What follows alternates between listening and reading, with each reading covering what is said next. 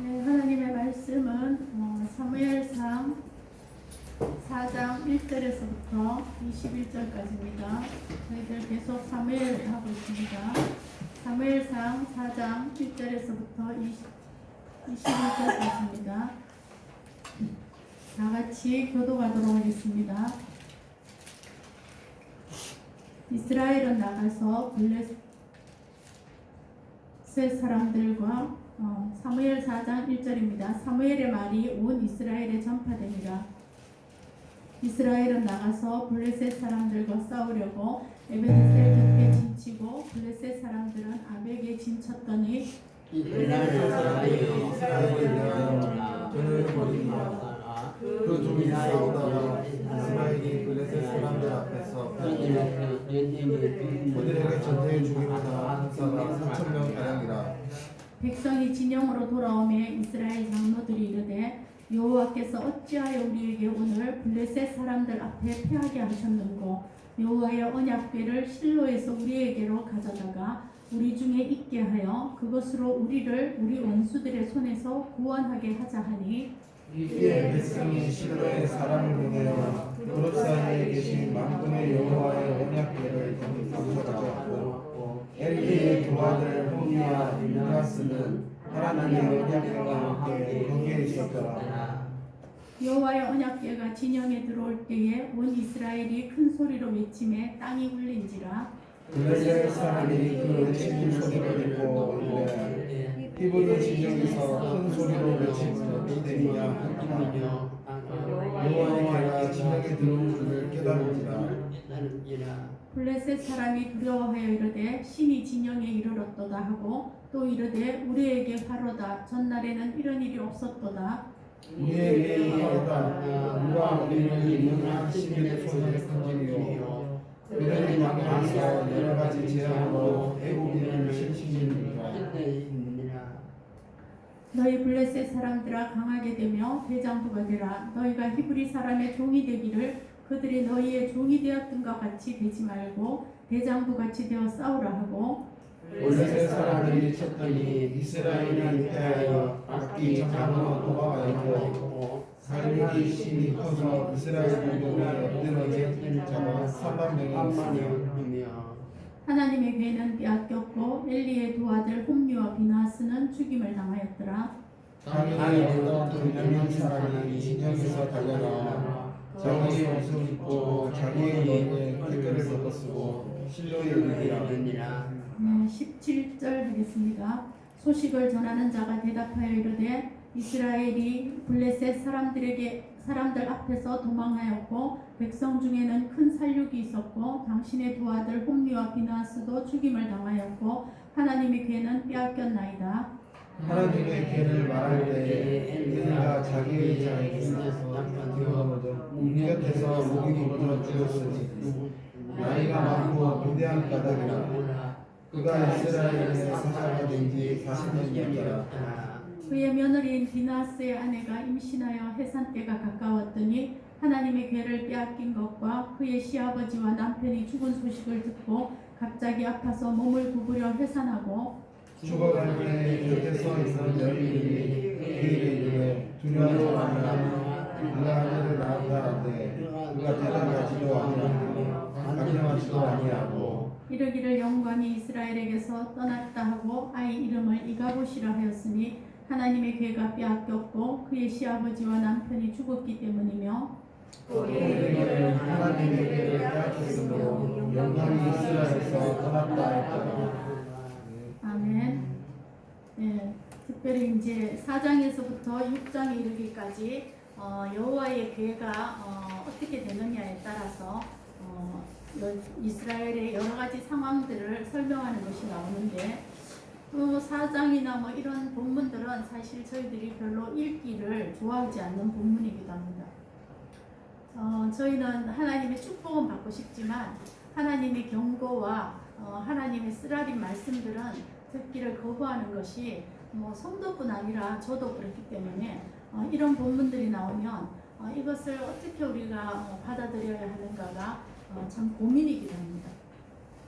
또 지금 코로나로 참 어려운데 또 이런 본문들이 주시는 말씀들을 우리는 어떻게 나의 말씀으로 받을까가 참 두렵기도 합니다. 오늘은 이제 1장, 2장, 3장에 이르러서 이스라엘의 참 암흑한 시대 가운데 한나가 기도함으로 사무엘을 얻고 사무엘을 전에 구하여 얻은 자를 이스라엘을 위하여 구하는 자가 되도록 하나님 앞에 드리고 그것이 사무엘의 뜻이었고 그 다음에 이제 하나님이 그 사무엘을 세워서 말씀을 주는 이런 일들이 3장까지 있었습니다. 이제 4장 1절에 사무엘의 말이 온 이스라엘에 전파되니라가 4장 1절의 말씀입니다. 자들은 이것이 앞에 3장에 붙어야 되냐 4장에 붙어야 되냐 가지고도 많은 얘기를 하지만 4장에 붙은 이유가 있다라고 많이 설명합니다. 사무엘의 말이 이제 하나님이 여호와의 말씀을 사무엘에게 주셨고 사무엘이 그런 말씀들을 이제 이스라엘에게 알리기 시작했고 여기 보면 온 이스라엘이 사무엘의 하는 하나님이 주시는 말씀들을 듣기 시작했다 이 말씀이 나옵니다. 그리고 연이어서 이제 전쟁이 일어나는 일을 합니다. 하나님의 말씀이 전해졌는데 어떻게 갑자기 좋은 일이 막 생겨야 되는데 갑자기 전쟁이라는 것이 일어나면서 황당하게 만들 때가 있습니다.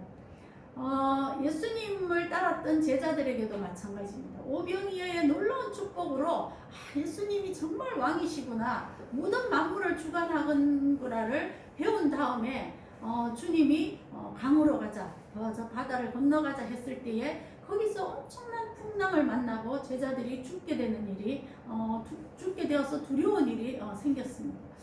우리는 신앙에서 내가 예수를 믿으면 그 이후로부터 굉장히 모든 것이 다 잘 될 것이라는 마음이 우리 속에 있고 또 주님은 사실 솔직히 말하면 그런 것을 우리에게 주시려고 하시는 분입니다.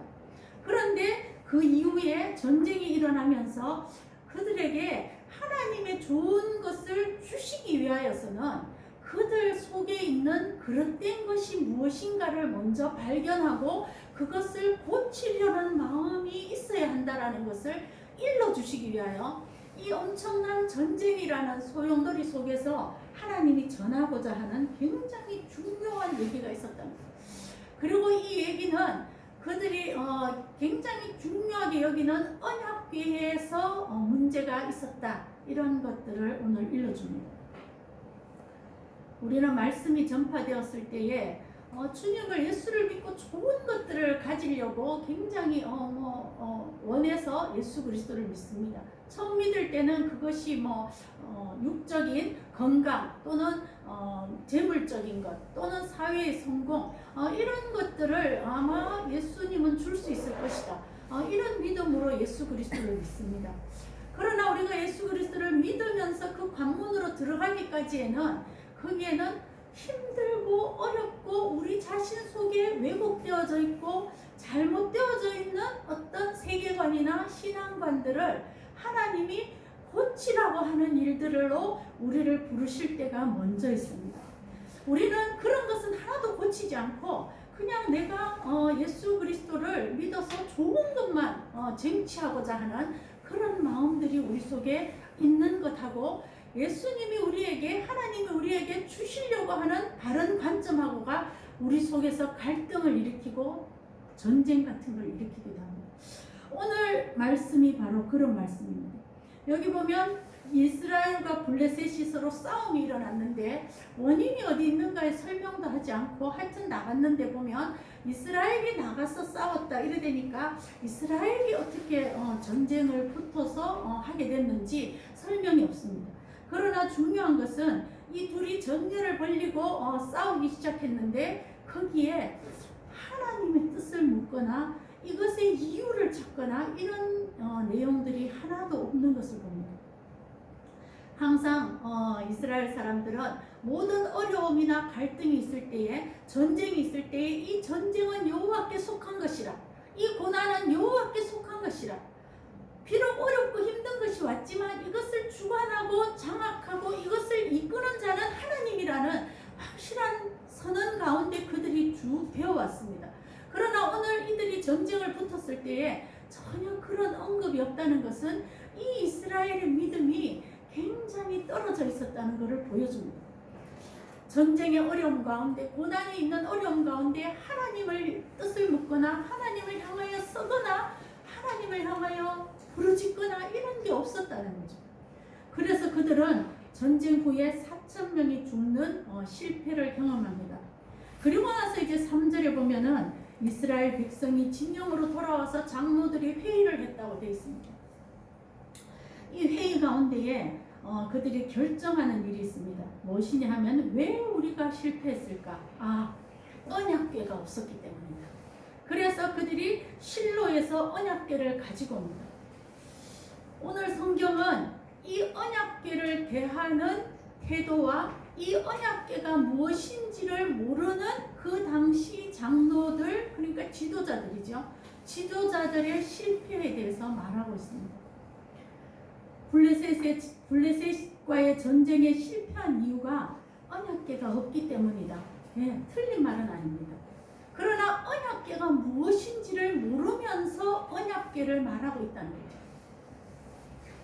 지금도 저희들은 수많은 어려움이나 문제가 있을 때에 그 문제의 근원을 어떻게 찾아야 하는가 고민합니다.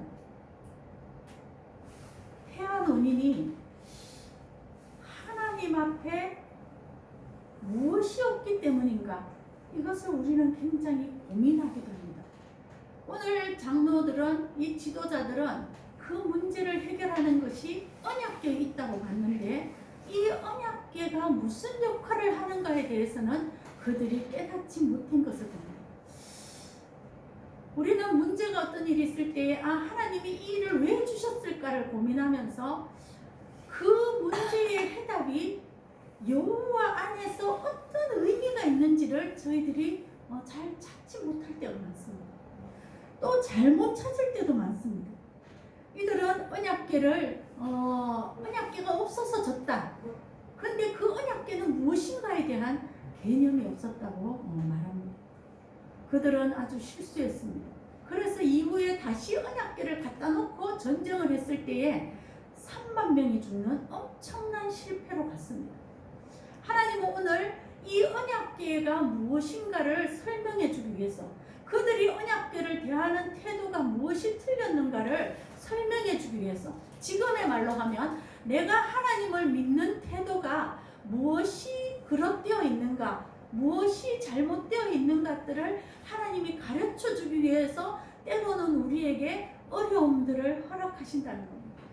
오늘 이스라엘 장로들은, 이 지도자들은 더 바로 알았어야 되는데 성도들보다는 훨씬 하나님의 말씀들을 이때까지 쭉 역사상으로 온 것들을 그들이 몰랐지도 않았을 테고 더 알았어야 되는데도 불구하고 지도자들은 잘못된 결정을 했다고 나옵니다. 모든 교회의 문제가 뭘까요? 지도자들이 잘못된 결정을 하기 때문에, 지도자들이 잘못된 생각을 하기 때문에. 지금 한국교회의 혼란이 어디 있나요? 지도자들이 잘못된 결정을 하기 때문에. 참 중요하면서도 우리에게 시사하는 바가 큽니다. 이 장로들이 모여서 정한 결정을 한번 보면 언약궤가 없기 때문에 그랬구나. 그래서 언약궤를 실로에게서 갖고 옵니다. 갖고 와서 전쟁터로 갖고 갑니다. 거기 3절 후반절에 보면 이렇게 되어 있습니다. 언약궤를 실로에서 우리에게로 가져다가 우리 중에 있게 하여 그것으로 우리를 우리 원수들의 손에서 구원하게 하자 하니, 이 장로들의 말이 굉장히 여호와 중심이 아니고 자기 중심임을 바라봅니다. 우리라는 말이 지금 5번 정도 나오면서 우리에게로 갖고 와서 우리 중에 있어서 이 언약궤를 이용해서 우리가 우리 원수들의 손에서 이 언약궤가 어떻게 하자?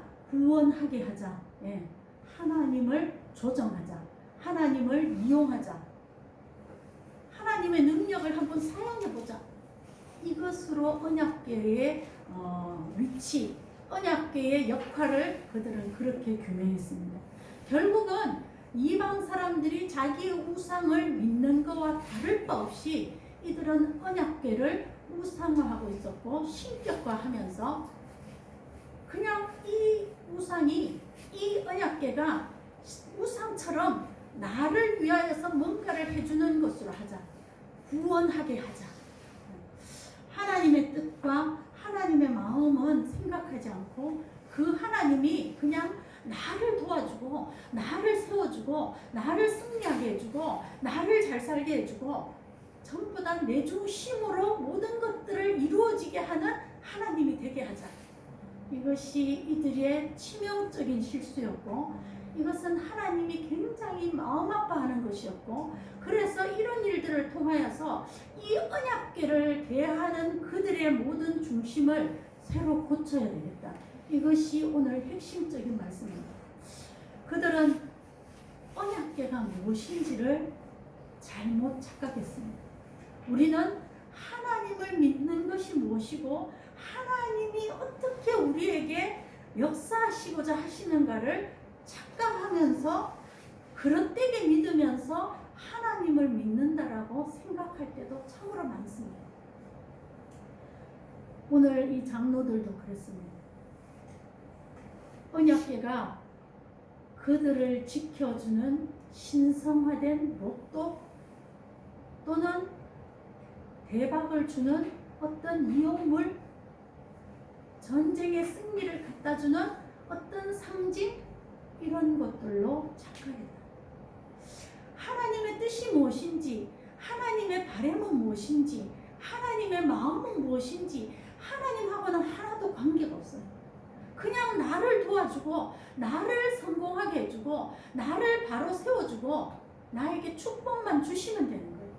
그래서 하나도 하나님의 마음은 어떤지가 중요하지 않아요.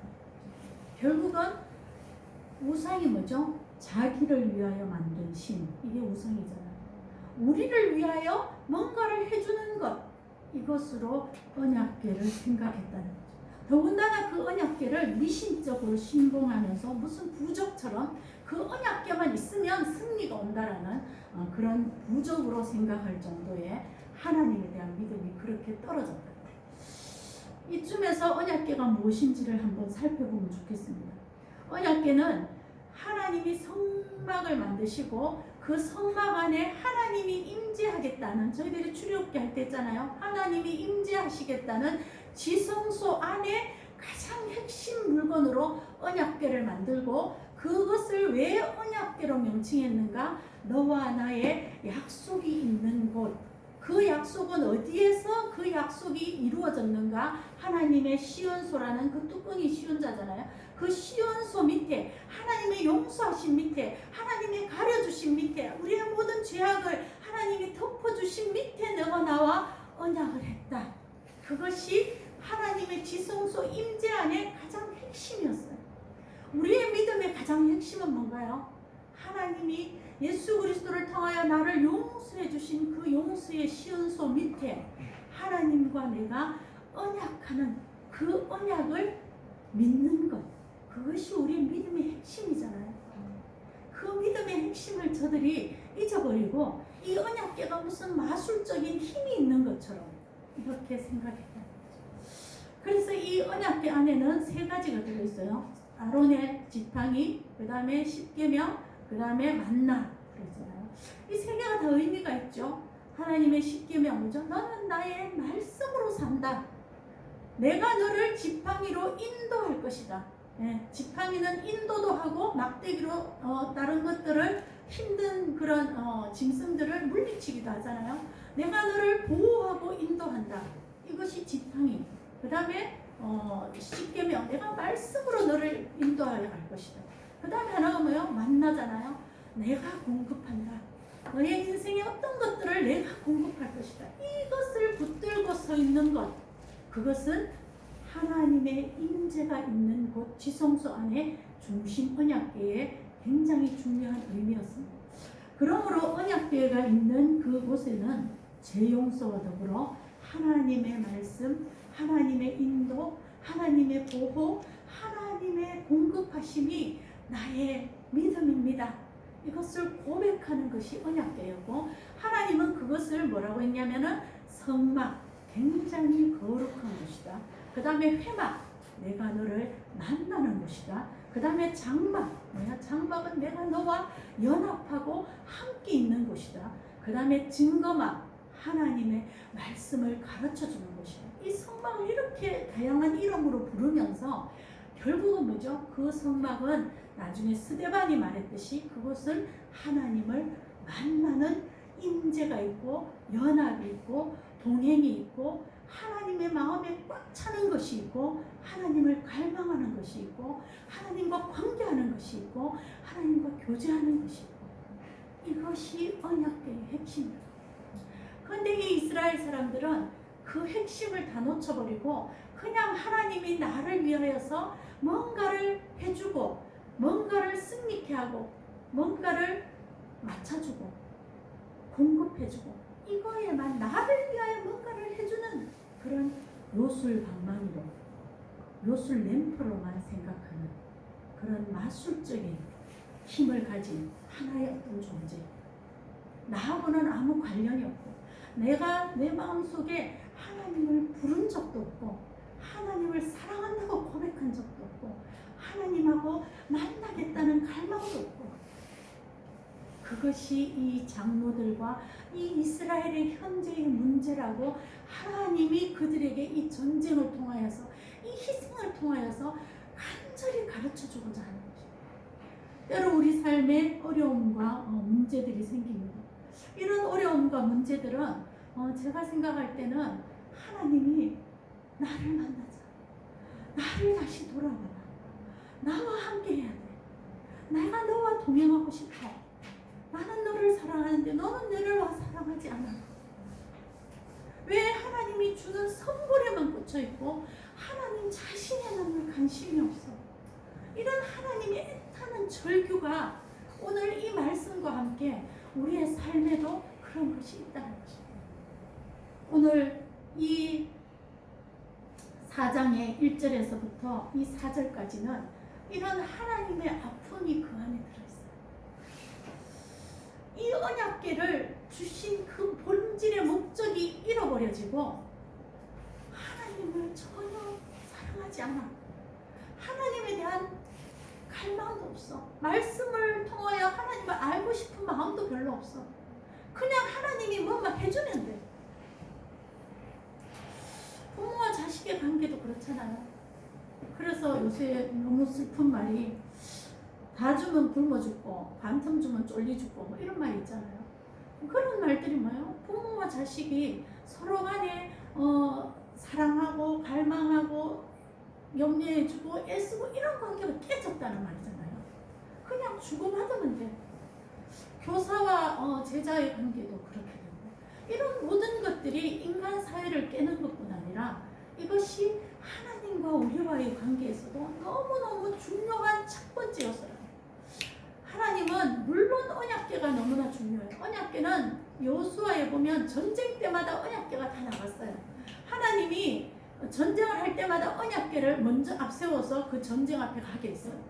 그러나 그 언약궤가 마술을 부리거나 요술을 부려서 이기는 게 아니에요. 하나님이 함께하기 때문에 그 이스라엘 사람들이 간절히 하나님의 역사를 구하기 때문에 하나님과의 동행, 하나님과의 함께함. 나는 하나님을 사랑합니다. 하나님을 너무 좋아합니다. 나는 하나님이 너무 좋습니다. 이런 것들이 먼저 선행되어야 하기 때문에 그것이 언약궤의 본질이다. 하나님은 오늘 이 언약궤를 그들에게 그들이 마음대로 우리 중에 있게 해서 우리를 위하여서 우리를 해서 나를 구원하게 하자 이런 것들을 여지없이 무너뜨리시면서 하나님은 슬픔 가운데 이스라엘의 수많은 손해 가운데 하나님이 그들이 간절히 알기를 원했던 것은 무엇인가? 언약궤의 마술적인 힘이 아니라 하나님의 마술적인 공급이 아니라 나는 너와 함께하고 싶고 나는 너를 사귀고 싶고 너와 교제하고 싶고 너를 좋아하니까 너를 사랑하니까 그것의 교류가 있었으면 좋겠다. 이 간절한 말씀을 오늘 전해주는 거예요. 더군다나 이 4절에 보면은 그룹 사이에 계신 망군의 여호와의 언약궤라는 이 엄청난 말씀이 그룹 사이에 그 시온서 위에 천사의 그룹 있잖아요. 그 그룹 사이에 계신 이 언약궤가 거기에 나와서 전쟁터로 갔는데 거기 보면 엘리의 두 아들 홈리와 비나스는 하나님의 언약궤와 함께 거기에 있었다. 참 이 아이러니한 말씀이 거기 같이 붙어 있잖아요. 홈리와 비나스는 누구예요? 우리가 3장에 여호와를 무시하고 여호와를 멸시하고 여호와는 아무것도 아니다라고, 그들이 아무것도 여호와에 대해서는 한 일말의 신앙도 없는 자인데 그들이 뭐야? 이 언약궤만 있으면 승리를 줄 것이라는, 하나님을 하나도 안 믿는데도 승리를 줄 것이라고 그 언약궤 옆에 서 있었고, 그들의 영적인 하나님을 멸시하는 타락뿐 아니라 육적인 도덕적인 엄청난 그거에도 불구하고 언약궤만 있으면 모든 것이 만사오케이라고 생각하는 이 엄청난 아이러니가 그게 같이 있었다는 것은 참으로 슬픈 일입니다. 언약궤와 함께 있으나 전혀 함께 있는 것이 아니라, 우리가 하나님을 부르고 예수님을 부르지만 때로는 우리가 하나님과 예수님을 이용하고 조종해서 나를 위하여서 뭔가를 다 해주기만을 바라는, 나는 하나님을 위하여서 아무것도 관심이 없는 이런 우리의 치명적인 신앙들이 이 이스라엘에게도 있었고, 지도자들도 이것을 깨닫지 못해 본질이 무엇인지 자기의 이기적인 욕구로 하나님을 조종해서 나를 위하여서 뭔가를 해주기만 하면 되는 그런 언약궤에 대한 이들의 신앙이 얼마나 잘못되었는가를, 하나님이 이 이스라엘의 수많은 이 희생을 그냥 두시면서까지, 실패와 슬픔과 이것을 두시면서까지 이것을 간절히 가르쳐 주기를 원한 것은 구약의 내내로 내려오는 말씀입니다. 하나님이 너희의 하나님이고 하나님이 너희의 능력이고 힘이고 공급인데 너희는 그 하나님을 도대체 사랑하지 않는다. 도대체 하나님을 생각하지 않는다. 그 마음은 도대체 무엇인가를 우리에게 계속 되물으십니다. 그래서 믿음을 가졌다는 이스라엘에게 하나님이 계속 돌아오라. 어디에 돌아와야 돼요? 잘못 생각하고 있는 이 하나님에 대한 믿음이었습니다. 언약궤는 아까도 말했듯이 여호와를 만나는 것이고 굉장히 거룩한 하나님의 안에 있는 것이고 하나님의 임재를 경험하는 것이고 하나님과 동행하는 장막이고 하나님의 말씀의 증거를 듣는 증거막이라는 이 엄청난 그 본질적인 것에 들어와야지 그 언약궤가 된다.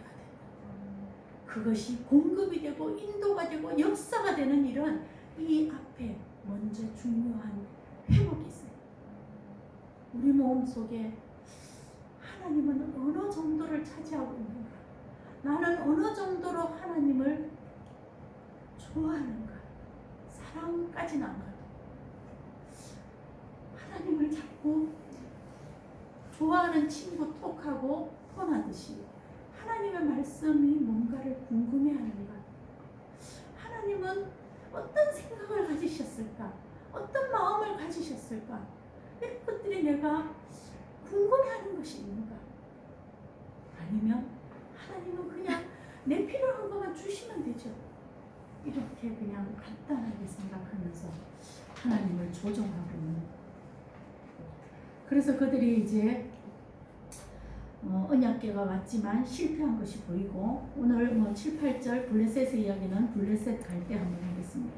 결국은 그들은 이 하나님의 교회가 빼앗기는 일까지 있었고 홈리와 비나스가 죽임을 당했습니다. 결국 더 이어서 들어가는 것은 엘리까지도 의자에 있다가 죽었는데, 거기 보면 죽음에 대해서 이렇게 합니다. 나이가 많고 비대해서 의자에서 넘어졌다 이렇게 되어 있습니다. 이 비대하다는 말이 뭐죠? 갑오드입니다. 갑오드. 무게가 너무 나갔다. 하나님의 영광이 뭐죠? 갑오드입니다. 하나님의 무게와 이 엘리의 이 비유적인 이 언어의 유희가 있잖아요. 엘리의 비대함, 몸적으로 비대함도 물론 표현했겠지만은 엘리는 어디에다 그의 삶의 무게를 더 두고 있었는가? 그것을 언어적으로 유의하는 것입니다. 이 이스라엘 사람들은 어디에다 더 무게를 두고 살았는가? 하나님과 진짜 교제하고 사귀고 하나님을 만나고 하나님을 좋아하고 그렇게 사는 삶이 우리 삶의 부분에서 얼마를 차지하는가? 또 하나님을 믿는 믿음에서 그것이 어느 정도를 차지하는가? 아니면 그것은 거의 없고 하나님이 내게 해주시는 거에만 그냥 꽂혀있지 않는가? 하나님은 오늘 그 선호가 틀렸다고 합니다. 먼저 해야 될 본질은 내가 하나님을 얼마나 갈망하고 있는가? 하나님이 뭔가를 공급해 주기 이전에 나는 하나님을 얼마나 알려고 하는가? 하나님을 얼마나 좋아하는가? 이 문제가 오늘의 문제 중에 하나입니다.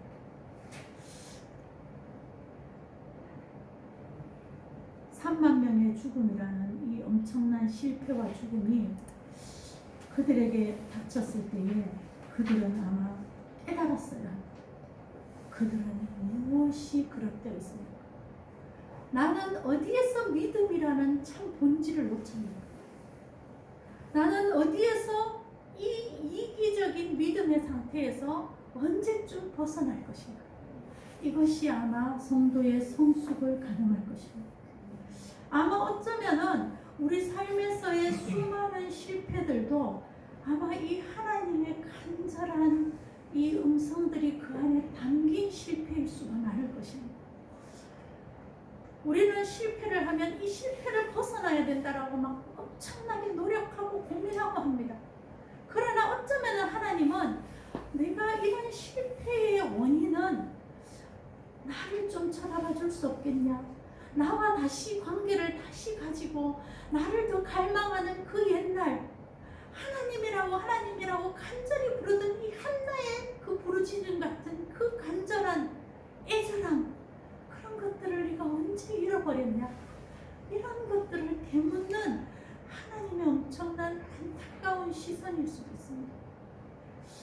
저도 수많은 실패들과 어려움들이 없었진 않았는데 그런 일들을 통해서 보면 그 당시에는 이것이 잘 느껴지지 않는 것 같아요.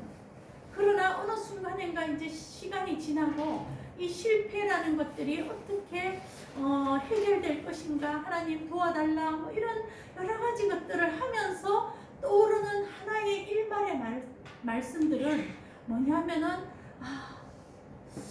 하나님이 지금 나에게 무엇을 요구하시기 때문에 이런 어려움 가운데 있게 하셨을까? 이것이 어느 순간 깨달아져야 된다. 문제는 해결되게 되어 있습니다. 하나님은 우리를 도와주시고 해결하셔요. 그러나 해결하는 그 과정 가운데에 하나님은 지금 이런 일들을 통해서 나를 무엇이 지금 잘못 가고 있는가?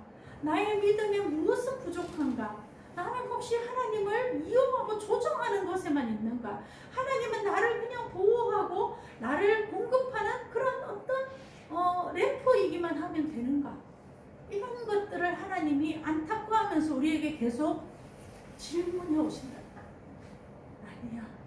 나는 이런 실패의 문제를 통해서 네가 다시 나를 갈망하고 함께하고 연합하고 다시 관계가 회복되고 나를 간절히 찾던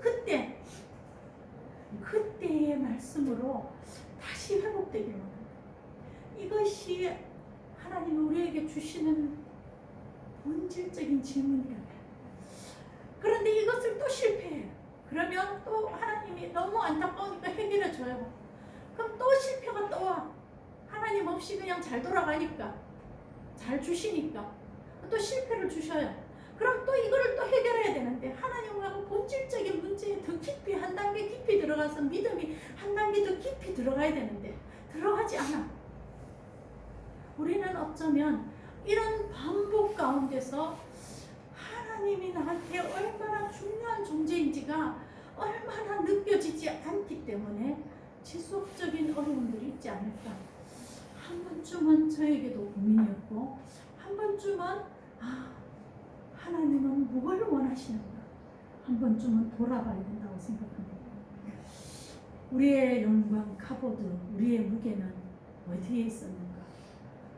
엘리가 그의 육적인 것과 영적인 것들에 자기 중심에게 자기에게 좋은 것을 추구하고 그 몸이 비대한 카보드였던 것처럼 그런 모든 삶의 무게가 하나님에게 있지 않았고 영적인 두근감과 그 다음에 육적인 것들을 좋아하는 그런 것들에 꽂혀 있었던 이 엘리의 마지막을 보면서 하나님은 얼마나 여러 번 그에게 진짜 본질이 무엇인가를 누누이 말했음에도 불구하고 이들과 엘리와 홈리와 비누아스뿐 아니라 그 장로들과 그 이스라엘 많은 사람들이 이 잘못된 신앙으로 그냥 가는 것에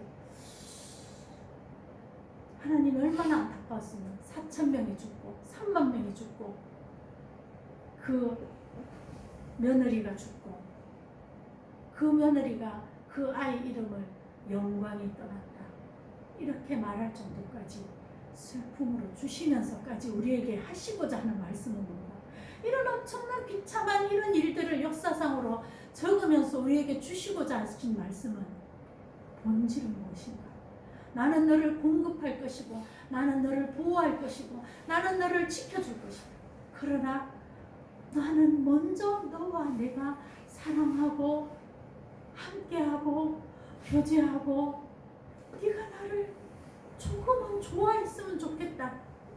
이것이 하나님의 간절한 마음이다. 오늘 그런 마음들이 우리에게 있어서 마지막에 22절 하나님의 괴를 빼앗겼으므로 하나님의 임재가 떠나고 영광이 떠나고 그래서 이 가보드 이 가보드죠. 하나님의 영광 가보드가 이 떠났다. 이런 일들이 일어나지 않기 위해서 우리에게 이 말씀을 주신 거거든요. 우리 마음 가운데 들어오신 그 언약궤, 그 언약 대신 예수 그리스도를 정말로 나를 위하여서 뭔가를 해줘야만 해요라고 부르짖기 전에 하나님, 나는 주님이 주신 모든 것들이 너무 감사하고 너무 기쁘고 그것이 영적인 것이기에 그것이 이 세상을 초월하는 것이기에 그 모든 것이 너무 감사하고 또 그 모든 것을 허락하신 그 예수님이 나는 너무 좋아요라고 정말로 좋아요라고 정말로 더 알고 싶어요. 주님 사랑해요라고 고백할 수 있는 저희들 되기를 바랍니다. 기도하겠습니다. 아버지 하나님, 언약궤를 잘못 저들이 생각했듯이 혹시나 우리는 예수님을 하나님을 잘못 생각하고 있는 돌아보며 주님이 진짜 원하는 그 주님을 사랑하고 주님을 좋아하고 주님의 말씀을 기뻐하는 그런 본질적인 회복을 저희들에게 주시옵소서. 예수님 이름으로 기도했습니다. 아멘.